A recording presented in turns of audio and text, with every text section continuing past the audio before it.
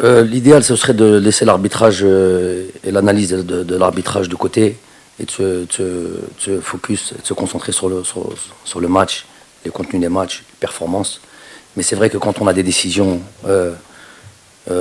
importantes qui changent le résultat d'un match et de la situation, même dans la compétition, on est obligé d'être attentif à ça. Donc, par exemple, on a concédé 3 buts dans cette compétition. 1 contre l'Angola, 2 contre le Burkina.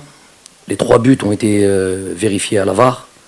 Au moins 2 d'entre eux, à savoir le penalty sur Caboret contre le Burkina et le hors-jeu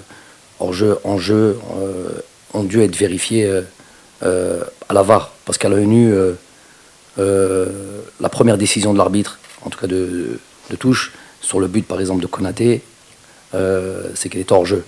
Donc après vérification, et on peut rien reprocher à l'arbitre parce que effectivement il était en jeu de ça. Donc ça à l'œil nu on peut pas le voir. Donc s'il n'y avait pas la VAR dans le passé, ça c'est but, ça c'est hors jeu et puis personne n'en parle. Donc il faut la VAR pour ça. Donc je suis pour la VAR. Ils ont eu raison d'aller vérifier et ils ont eu raison d'accorder ce but là au Burkina. Pareil pour Caboret, l'arbitre n'avait pas vu et il a dû être appelé par la VAR pour vérifier. Effectivement, c'était un penalty légitime.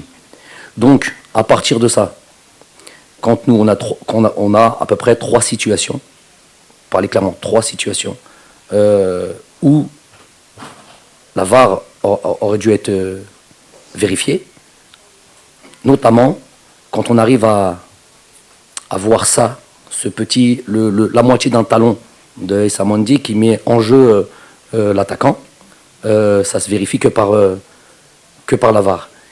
Qu'en est-il de quand on attrape un joueur comme ça et qu'on le ceinture dans une surface de réparation sur une action de jeu?